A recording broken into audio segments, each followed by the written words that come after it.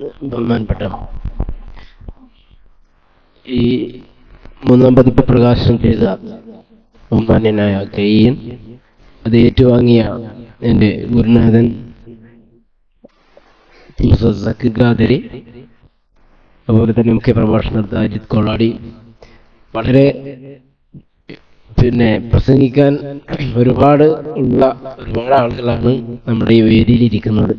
അവർക്ക് അവസരം കിട്ടിയില്ല എന്നുള്ളത് വളരെ പ്രയാസമുണ്ട്.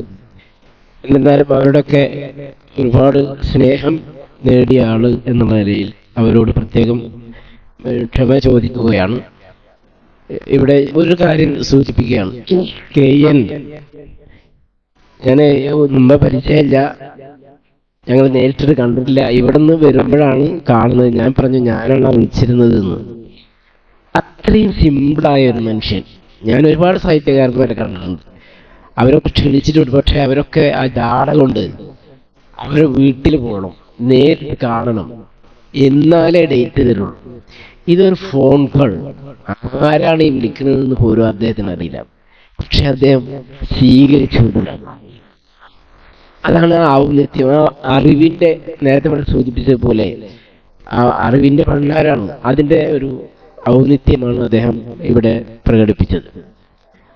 പിന്നെ ആ ഔന്നിത്യബോധം, അല്ലെങ്കിൽ പിന്നെന്താ പറയാ, നിഷ്കളങ്കമായ ആ സ്വീകാര്യത സ്വീകരിക്കണം എന്നുള്ളത് ഞാൻ അദ്ദേഹത്തിൽ നിന്ന് പഠിച്ച ഒരു പാഠമായിരുന്നു.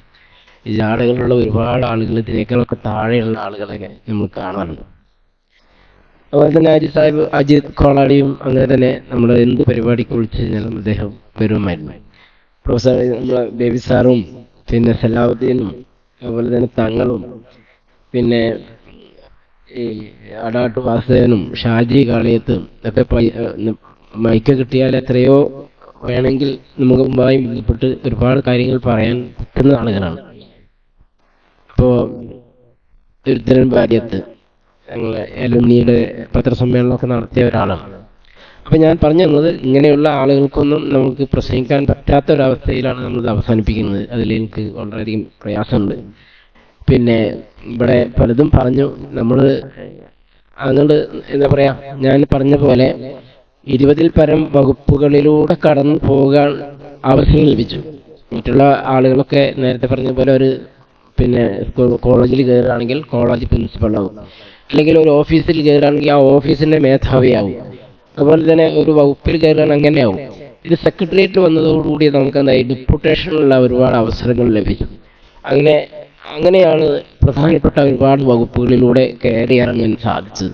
അപ്പം അതിൽ ഏറ്റവും ഹൃദയസ്പർശിയായ എന്നെ ഏറ്റവും എനിക്ക് എന്താണ് ഒരു ആത്മസംതൃപ്തി നൽകിയ പല വകുപ്പുകളുമുണ്ട്. അതിൽ ഫിഷറീസ് ഓഫീസറായിട്ട് ഞാൻ പൊന്നാനിയിൽ ഉണ്ടായിരുന്നു.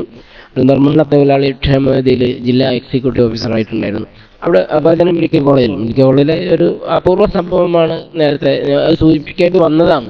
എന്നാൽ അതിൽ തന്നെ ഒരുപാട് അധ്യായങ്ങളിൽ മെഡിക്കൽ കോളേജുമായി ബന്ധപ്പെട്ട ഒരുപാട് നല്ല ഡോക്ടർമാർ, ഡിവോട്ടി ആയിട്ടുള്ള കുറേ ഡോക്ടർമാരുടെ സേവനം നമുക്ക് ലഭിക്കുകയും നമുക്ക് മറ്റുള്ളവർക്ക് കൊടുക്കാനും സാധിച്ചു. ഓരോ ദിവസവും മെഡിക്കൽ കോളേജിന്റെ ഓരോ കേസുമായി ബന്ധപ്പെട്ട് ഒരുപാട് സാധാരണക്കാർ ഇപ്പോഴും എന്നെ വിളിക്കാറുണ്ട്, ആ ഡോക്ടറെ ഒന്ന് പരിചയപ്പെടുത്തി തരുന്നു. ആ ഡോക്ടർമാരാണെങ്കിൽ അവർ ഒരു കുറച്ച് 11 മാസമാണ് ഞാൻ അവിടെ വർക്ക് ചെയ്തത്. പക്ഷെ അവരോട് ഒരു കാര്യം ഞാൻ പറഞ്ഞു കഴിഞ്ഞാൽ അത് അവർ ചെയ്തിരിക്കും. അത് അങ്ങനെയുള്ള ഒരു ബന്ധം നമുക്ക് സ്ഥാപിക്കാൻ പറ്റി. അപ്പൊ ഞാൻ പറഞ്ഞു വന്നത്, ഇങ്ങനെ വ്യത്യസ്ത വകുപ്പുകളിലൂടെ കയറി ഇറങ്ങാൻ സാധിച്ചത് കൊണ്ട് നമുക്ക് കുറെ കാര്യങ്ങൾ അറിയാം. അത് ഈ കൊറോണ കാലത്ത് കൊറോണ ഒരുപാട് ഉപദ്രവങ്ങൾ ഉണ്ടാക്കിയിട്ടുണ്ട്, അതോടൊപ്പം തന്നെ ഉപകാരങ്ങളും ഉണ്ടായിട്ടുണ്ട്. അപ്പോഴാണ് നമ്മൾ എന്താ വെച്ചാൽ ഇതൊന്ന് ക്രോഡീകരിക്കാനുള്ള തീരുമാനം നമ്മൾ എടുത്തത്. അത് എടുത്തപ്പോൾ ഇങ്ങനെ ആവുമെന്നൊന്നും നമ്മൾ ഉദ്ദേശിച്ചില്ല. വാസ്തവത്തിൽ ഇതിന്റെ ആഴത്തിലുള്ള കുറെ വിശകലനങ്ങൾ ഓരോരുത്തർ പറയുമ്പോഴാണ് അതിന്റെ മാനങ്ങൾ ഇങ്ങനെയൊക്കെയാണ്. സൈമൺ മാസ്റ്റർ അധ്യാപകവുമായി ബന്ധപ്പെട്ടിട്ട് ഞാനത് ഒരുപാട് പ്രയാസങ്ങൾ അനുഭവിച്ച ഒരു കാലഘട്ടമായിരുന്നു. പ്രക്ഷോഭത്തിന്റെ ഒരു വലിയ കുറെ ആളുകൾ ഇങ്ങനെ മെഡിക്കൽ കോളേജിൽ വന്ന് ഘട്ടമായിരുന്നത്. അപ്പൊ അവിടെ എടുക്കേണ്ട കുറെ തീരുമാനങ്ങൾ, അന്ന് പ്രിൻസിപ്പാളായിരുന്ന ആൻഡ്രൂ സാറ് ഞങ്ങൾ ഒരു കൂട്ടായിട്ടുള്ള കുറെ തീരുമാനങ്ങൾ എടുക്കേണ്ടി വന്നു. വാസ്തവത്തിൽ ഞാൻ ഒരു പണ്ഡിതന്റെ ഒരു അഭിപ്രായം എഴുതിയത് കെ എന്നത് ഉദ്ധരിച്ചത് വാസ്തവത്തിൽ അങ്ങനെയൊക്കെ ഞാൻ എഴുതിയിട്ടുണ്ടെന്ന് ഇപ്പോഴാണ് എനിക്കിങ്ങനെ തോന്നുന്നത്. അപ്പൊ അത് വലിയൊരു സന്ദേശമാണ് എന്ന് എനിക്ക് മനസ്സിലാവുന്നു. അതുപോലെ തന്നെ ഓരോ ഘട്ടത്തിൽ ഓരോ അധ്യായങ്ങളും എടുത്ത് നമ്മൾ പരിശോധിച്ചിട്ട് നമ്മൾ ഇങ്ങനെ ഒരു അധ്യായം എഴുതി കഴിഞ്ഞതിന് ശേഷം ഞാൻ അന്ന് വർക്ക് ചെയ്തിരുന്ന അന്ന് എൻ്റെ കൂടെ സഹപ്രവർത്തകരായിരുന്ന ആളുകൾക്ക് അത് അയച്ചു കൊടുക്കും. എന്നിട്ട് അതിൽ കൂട്ടിച്ചേർക്കലോ എന്തെങ്കിലും തെറ്റോ വസ്തുതാപരമായ എന്തെങ്കിലും പെശകുകളോ ഉണ്ടോ എന്ന് ചോദിച്ചതിന് ശേഷമാണ് ആ അധ്യായം ഞാൻ പൂർത്തീകരിച്ചിരുന്നത്. അതുകൊണ്ട് തന്നെ എനിക്ക് ഇത് രണ്ടാമത് ഇറങ്ങിയപ്പോഴും മൂന്നാമത് ഇറങ്ങിയപ്പോഴും വസ്തുതാപരമായ ഒരു തിരുത്തും എനിക്കതിൽ വരുത്തേണ്ടി വന്നിട്ടില്ല. അതെന്തുകൊണ്ടാണെന്ന് വെച്ചാൽ ഇങ്ങനെ അത് നമ്മൾ ശുദ്ധി വരുത്തിയതിന് ശേഷമാണ് ഒരു അധ്യായങ്ങൾ പൂർത്തീകരിച്ചിട്ടുള്ളത് എന്നൊരു ആത്മവിശ്വാസം എനിക്കുണ്ട്. ഓരോരുത്തരും അത് പറയും ഇന്നെ കൂട്ടിച്ചേർക്കാമായിരുന്നു എന്ന് പറയുമ്പോൾ അത് കൂട്ടിച്ചേർത്തിട്ടാണ് ഞാനത് പൂർണ്ണമാക്കിയത്. ഏതായാലും അങ്ങനെ വൈവിധ്യങ്ങളായ അധ്യായങ്ങളായാലും ഇപ്പോ നേരത്തെ പറഞ്ഞ പോലെ കുറച്ച് തുറന്ന് പറച്ചിലുകളുണ്ട്. നമ്മളെ മന്ത്രിമാരുമായി ബന്ധപ്പെട്ട ഇപ്പൊ എൻ്റെ സുഹൃത്താണ് KT ജലീൽ, അദ്ദേഹത്തെ കുറിച്ച് 2 അധ്യായങ്ങൾ അതിൽ വന്നിട്ടുണ്ട്. ജേക്കബ് തോമസ് എൻ്റെ IMG ഡയറക്ടറായിരുന്നു ആ സമയത്ത്. അപ്പൊ അദ്ദേഹവുമായി ബന്ധപ്പെട്ട കുറച്ച് കാര്യങ്ങൾ നമ്മൾ തുറന്ന് എഴുതേണ്ടി വന്നിട്ടുണ്ട്.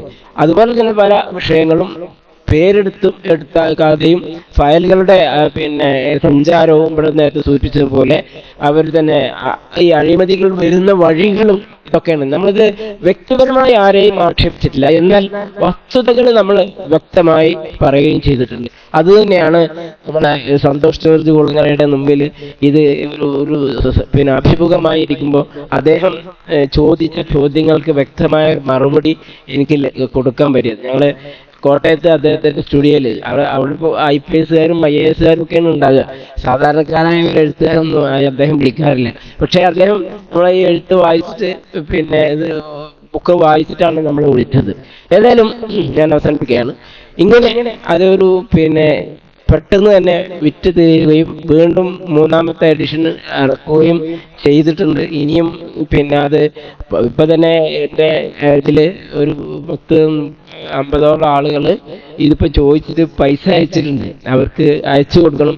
അപ്പൊ ഇതിങ്ങനെ കൂടുതൽ ആളുകൾ വായിക്കപ്പെടുന്നു, ചർച്ച ചെയ്യപ്പെടുന്നു എന്നുള്ളത് സന്തോഷം ഉള്ള ഒരാളാണ്. ഞാൻ കഴിഞ്ഞ ദിവസം ഹൈദരാബാദിൽ പോയപ്പോൾ കുറെ ആളുകൾ നിങ്ങളെ കുറിച്ചാണ് ഇയാള് പറഞ്ഞുകൊണ്ടിരുന്നത്, എന്താ സംഭവം എന്ന് വെച്ചാൽ നിങ്ങൾ പുസ്തകം വായിച്ചിട്ടുണ്ട്, ഇയാള് 2 ദിവസം കൊണ്ട് മുഴുവൻ വായിച്ചു തീർത്തു എന്ന് പറയും.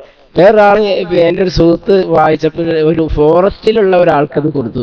ആ ഫോറസ്റ്റിലുള്ള ആള് പറയണം, അദ്ദേഹം നമ്മുടെ വകുപ്പിലിരിക്കുന്നത് നന്നായി, കാരണം അത്രയും അഴിമതിയാണ് ഞങ്ങളുടെ വകുപ്പിലുള്ളത്. ഒരു ഉദാഹരണം പറഞ്ഞാണ് അദ്ദേഹം. അതുപോലെയുള്ള കുറെ ആളുകൾ വ്യത്യസ്തമായ അഭിപ്രായ പ്രകടനങ്ങൾ നടത്തിയിട്ടുണ്ട്. ഏതായാലും സ്വീകരിക്കപ്പെടുന്നു എന്നുള്ളത് പൊന്നാനിയെ സംബന്ധിച്ചിടത്തോളം എനിക്ക് എന്നെ വളർത്തിയെടുത്ത ഈ ഒരു വിദ്യാലയം. ബേബി സാറ് ആദ്യമായിട്ട് അധ്യാപകനായിട്ട് വരുമ്പോൾ ഞങ്ങളൊക്കെ ഒരേ സമപ്രായക്കാരെ പോലെയായിരുന്നു അദ്ദേഹം ഞങ്ങൾക്ക് ക്ലാസ് എടുക്കുന്നത്. സെക്രട്ടറിയുടെ ഇംഗ്ലീഷ് ക്ലാസ്സുകൾ ഇതൊന്നും നമുക്ക് മറക്കാൻ പറ്റില്ല. അപ്പൊ ഈ കോളേജിന്റെ ഈ പഠിച്ചു വളർന്ന ഈ കോളേജിൽ വെച്ച് തന്നെ ഇതിന്റെ 3ാം പതിപ്പ് ഇറക്കാൻ സാധിച്ചതിൽ വളരെ സന്തോഷമുണ്ട്. ഇതില് ഒരുപാട് ആളുകൾ ഇതില് ക്ഷണിച്ച് വളരെ ദൂരത്ത് വന്ന ആളുകളൊക്കെ ഉണ്ട്. എളിയ ക്ഷണം സ്വീകരിച്ചാണ് അവരെല്ലാവരും ഇവിടെ എത്തിയിട്ടുള്ളത്. എല്ലാവരും ഇതിന്റെ സംഘാടകരായാലും പ്രത്യേകവും ഇതിൽ പ്രസംഗിക്കാൻ പറ്റാത്ത എല്ലാവരോടും ഒരിക്കൽ കൂടി ക്ഷമ ചോദിച്ചുകൊണ്ടും ഈ പരിപാടിയിൽ എത്തിച്ചേർന്ന ബഹുമാന്യനായ KEN പ്രത്യേകവും നന്ദി അറിയിച്ചുകൊണ്ട് ഞാൻ എൻ്റെ വാക്കുകൾ അവസാനിപ്പിക്കുന്നു. നിങ്ങൾക്ക് നന്ദി, നമസ്കാരം.